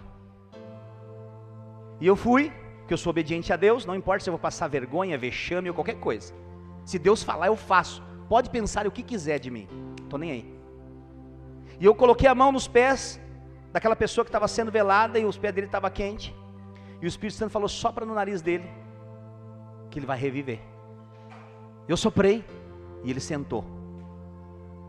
Eu acordei, eram as 15:45 da manhã.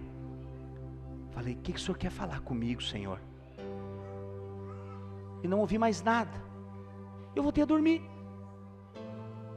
E quando eu peguei no sono, eu tive um outro sonho. Eu encontrei uma mãe nesse sonho. Ela estava com uma criança que recém tinha morrido, engasgada. E ela chorava muito e disse, eu perdi o bem mais precioso que eu tinha, que era minha filha. E o Espírito Santo falou comigo assim, pega ela, levanta, assopra no nariz dela, que eu vou ressuscitar ela. E eu fiz conforme o Senhor mandou. E a criança começou a chorar. E essa mãe mudou do choro para o riso. Sabe, eu creio no Deus da ressurreição. Eu sei que Deus pode fazer quando há fé no negócio. Mas eu entendo também que Deus fala das coisas naturais para explicar as espirituais.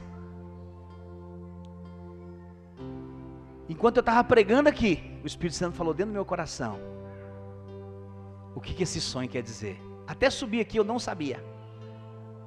Mas ele disse que nessa noite, aqui nessa noite, Ele está ressuscitando de crianças a adultos, de adultos a criança, para os planos. Aleluia. De criança a adulto, Ele está restaurando sonhos e chamados. Isso é milagre de ressurreição. Porque houve um dia, talvez, que Deus te chamou. E Ele falou os planos dEle para a sua vida, mas você tinha coisas mais importantes para fazer.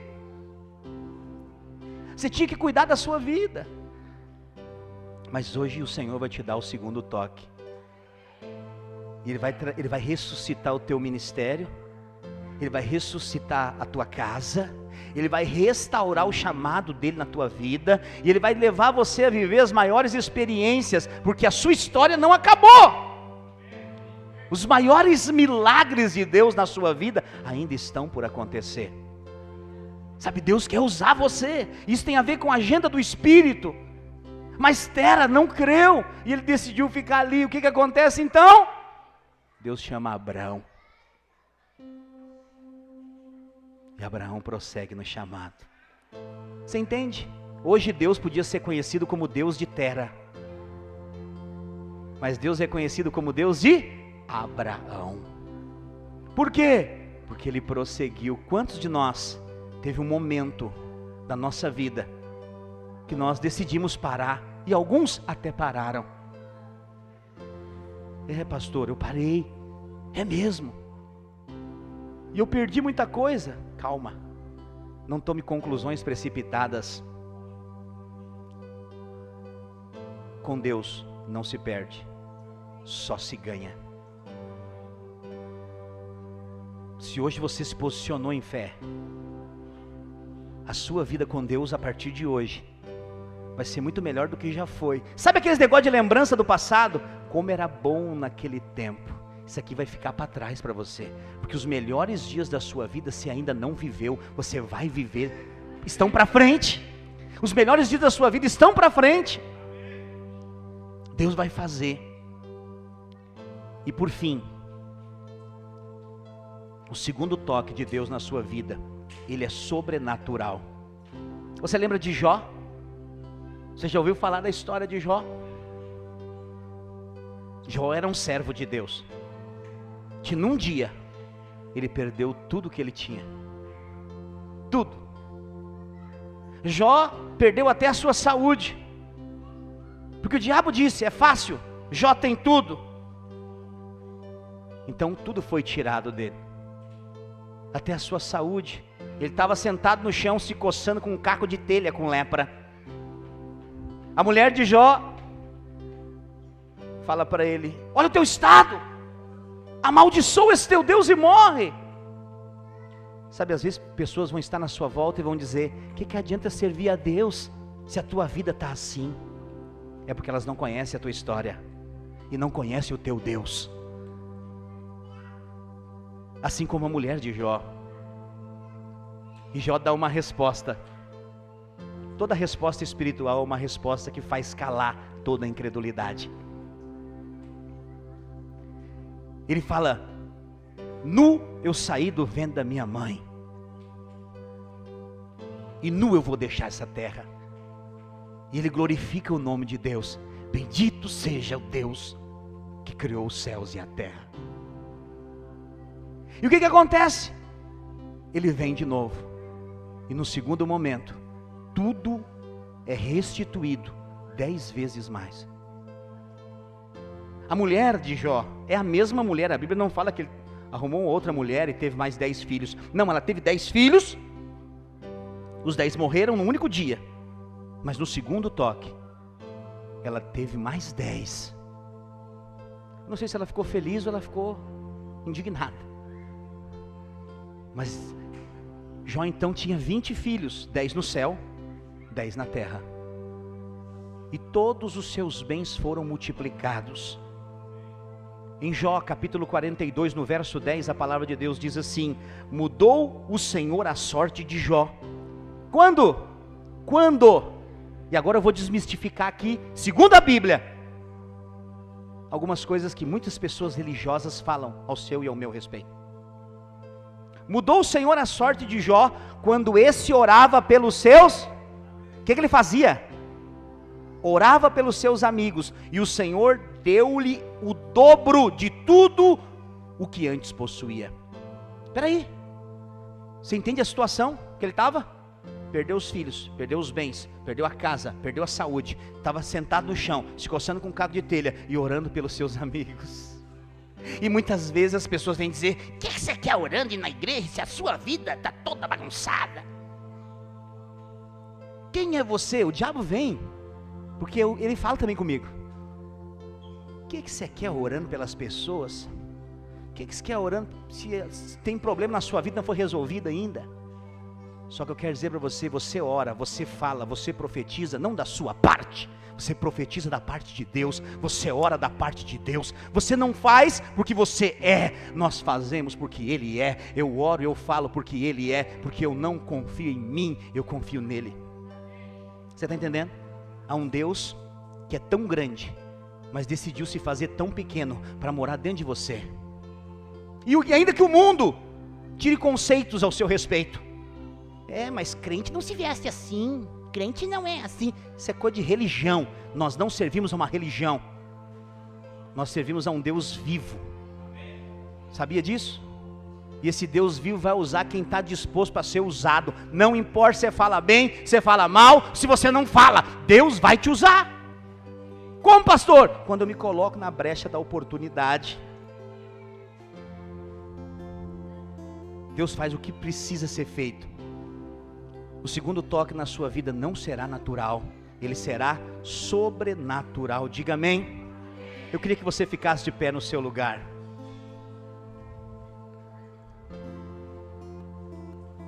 Hoje, a irmã da plaquinha, a hora que ela levantou o fim, eu falei, todo mundo de pé, aleluia. Ela fez até assim, ó. Eu creio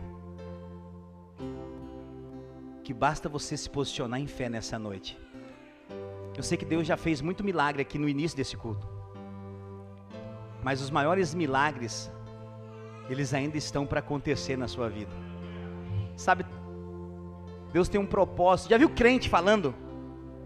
Crente encontra as pessoas na rua, crente cheio da glória de Deus, ele encontra algumas pessoas, ele fala: ei, Deus tem um plano na sua vida. É ou não é? Você já viu crente falando isso? Aí o mundo fala assim, isso é jargão, ele fala para todo mundo. Sim, porque todo ser humano que vive nessa terra tem um propósito de Deus, e está assim de gente fora do propósito. O propósito de Deus não tem a ver com uma roupa, não tem a ver com um modo de falar, tem a ver com ser cheio do Espírito e ser guiado por Ele. Eu não ensino para os irmãos 5 pontos para como você se comportar bem diante de Deus, não. Eu só ensino você a ser cheio do Espírito. Sabe o que acontece? Quando você é cheio do Espírito, você vai na casa de alguém, preste atenção. Pode ser uma criança, como eu falei da minha filha hoje. Quando você é cheio do Espírito, quando uma porta se abre, o Espírito te impulsiona. E às vezes está ali uma criancinha, todo mundo fala, que bonitinha, está aqui, veio só acompanhar. E quando ela abre a boca, a presença de Deus se manifesta. É visível, é perceptível, é palpável. Agora Deus pode usar quem Ele quiser. E eu quero dizer, Ele está me usando nesse exato momento para falar na vida de algumas pessoas. Porque você precisa hoje entender que Ele te toca por meio da palavra. Você pode achar como alguns acham. Esse pastor está falando. Você nunca percebeu isso? Ou nunca teve essa posição de dizer assim, esse pastor está falando tudo isso para mim, alguém contou minha vida para ele. Muitas pessoas já pensaram assim, como é que ele sabe disso? Alguém me entregou para ele. Não, é porque Deus conhece a sua vida de frente para trás, de trás para frente, de ponta a cabeça. Eu só me coloco como um servo de Deus e digo, Senhor, me usa, pega a minha boca, pega o meu coração e fala. E se você tem entendido isso, é porque realmente Deus está falando com você nessa noite. Para quê, pastor? Para viver uma reviravolta. É chegado o tempo de você se posicionar em Deus para o segundo toque. Depende de mim. Lembra de Tera? Ele parou no meio do caminho. Mas quem chamou ele? Foi ele mesmo ou foi Deus? Foi Deus. Mas a decisão de parar foi de Deus ou foi dele? a decisão de parar nunca é de Deus. Ah, pastor, eu preciso dar um tempo nesse negócio de ser crente, eu acho que Deus está falando comigo. Não é Deus, você está entendendo a voz errada. Deus nunca vai mandar você parar. Pelo contrário, Deus vai te usar. Porque principalmente agora nesse tempo, nunca esteve tão perto da volta de Jesus, e Ele precisa salvar muita gente, Ele vai usar você. Eu quero profetizar sobre a sua vida nessa noite, que ainda dentro desses dias, você vai receber um segundo toque de Deus. Deus vai restaurar e ressuscitar o ministério que Ele te deu. Tem pessoas aqui que seu ministério está guardado numa caixinha. Quero dizer, hoje o fogo de Deus vai queimar essa caixinha, e o seu ministério vai vir para fora, porque Ele precisa te usar dessa forma. Para quando, pastor? É para hoje, meu irmão, não é para amanhã, nem para a semana que vem, é para agora. Sabe, se você entende que você tem um chamado de Deus, eu quero dizer, é para agora. Há uma urgência dos céus para a terra. E sabe o que vai acontecer? Exatamente como foi com aquele cego, vai acontecer com você. Os seus olhos vão se abrir, e você vai concluir que esse tempo começou. Não vou ser eu que vou te convencer, é o Espírito. Vai ser como Elias. Deus não vai só te fortalecer, porque é isso que a gente pensa às vezes, que o diabo faz nós pensar, mas eu estou fraco na fé ainda, eu preciso mais um tempo para me fortalecer. Não é você que se fortalece. Eu tudo posso naquele que... Não sou eu que me fortaleço, é Ele quem me fortalece. Então eu posso hoje, agora, pela fé, me posicionar. Pastor, mas como eu posso me posicionar se eu estou passando dificuldade, aperto?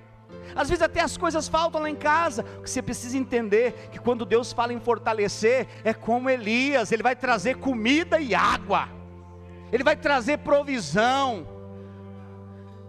Elias não pediu comida, e muito menos água, ele pediu: me mata, eu quero morrer. Deus veio e trouxe provisão. Ah, pastor, mas eu não estou. Calma, só creia, só se posicione na fé. Não se desespere com o que comer, com o que beber, nem com o que vestir, porque o mundo está se preocupando com isso, sabia? O mundo está doidinho com isso, por isso trabalha que nem um condenado, para juntar dinheiro, para ter uma reservinha, para depois pagar o funeral. É sério o que eu estou falando, sério.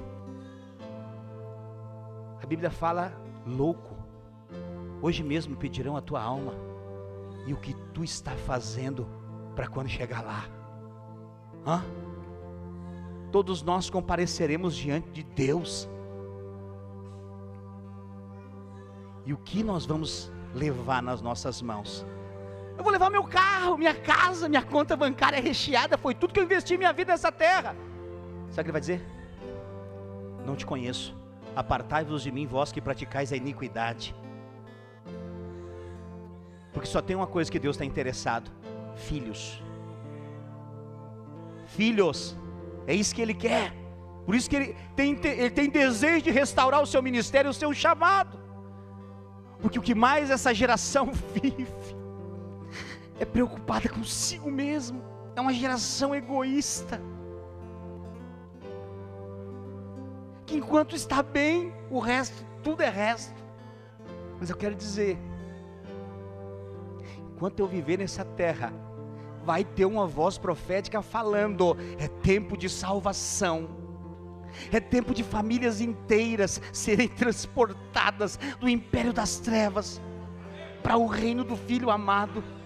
Quando eu vejo as células cheias, eu não estou pensando em status, eu não estou pensando em ser reconhecido, eu estou pensando naquelas famílias que estavam indo para o inferno e agora estão indo para o céu. E que nós, eu e você, fomos um instrumento de Deus para salvá-las. Sabe, você foi chamado para ser uma porta aberta, e essa é a voz profética que clama nessa noite.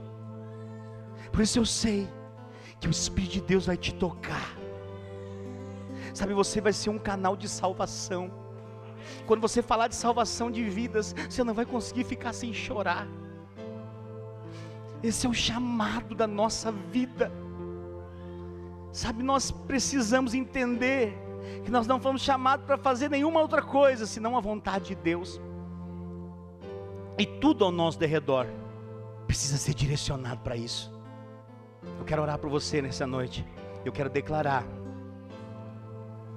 que Deus vai fazer com você muito mais que você pediu, muito mais que você pensou, porque Deus é Deus que surpreende. E assim como Jó, você vai ser lançado numa nova dimensão. Se a sua célula hoje você acha que ela está grande, se prepara porque está por vir, porque Deus não mostrou ainda tudo que Ele tem para mostrar. Se você acha que você está numa posição boa, Senhor, obrigado, se prepara, Deus vai te surpreender nos próximos dias.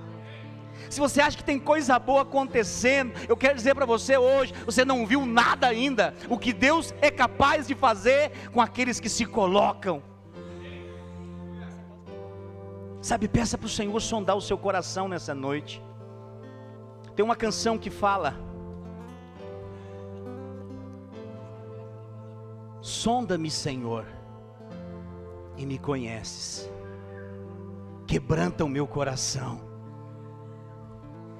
e usa-me como um farol que brilha à noite, como ponte sobre as águas, como abrigo no deserto, em qualquer hora, em qualquer lugar.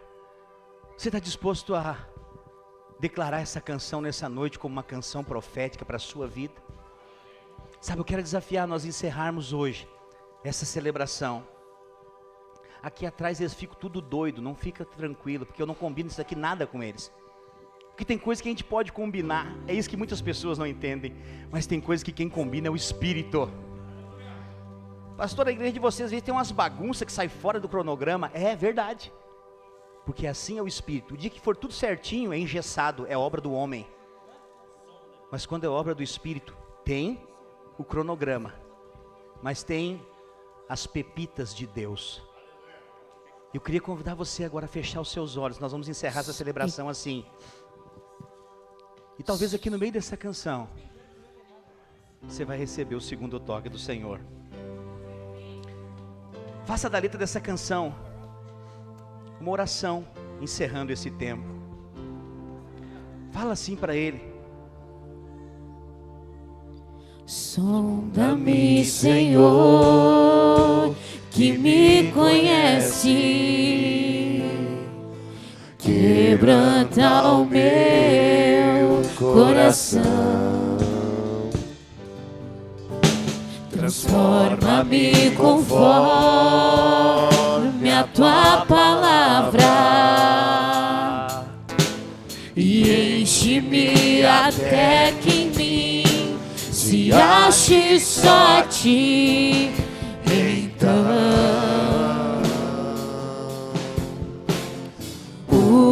usa-me, Senhor,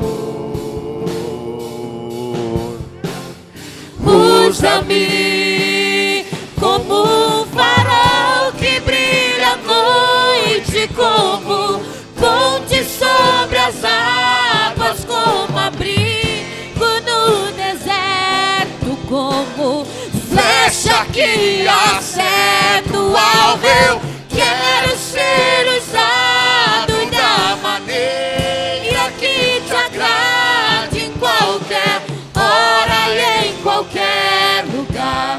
Eis aqui a minha vida, usa-me, Senhor, usa-me. Sonda-me, Senhor, e que me conhece, quebranta o meu coração, transforma-me conforme a tua palavra, e enche-me até que em mim se ache só a ti. Então usa-me, usa-me, Senhor. Fala pra Ele: usa-me como um farol que brilha à noite, como ponte sobre as águas, como abrigo no deserto, como flecha que acerta o alvo. Eu quero ser usado da maneira que te agrade, em qualquer hora e em qualquer lugar. Eis aqui a minha vida, usa-me, Senhor, usa-me como um farol que brilha, Ponte sobre as águas, como abrigo no deserto, como flecha que acerta o alvo. Eu quero ser usado em qualquer hora e em qualquer lugar. Eis aqui a minha vida, usa-me, Senhor. só igreja, mais uma vez. Como um farol que brilha à noite, como ponte sobre as águas, como abrigo, flecha que acerta o alvo. Eu quero ser usado da maneira que te agrade, em qualquer hora e em qualquer lugar. Eis aqui a minha vida, usa-me, Senhor, usa-me. Levante a sua mão, quero orar por você. Aleluia. Eu declaro que você é um canal de Deus para essa cidade, que você é uma bênção na sua casa, na sua parentela. Eu profetizo que você é um escolhido de Deus para esse tempo. Eu declaro que Deus vai te usar aonde você passar, com uma porta aberta de salvação.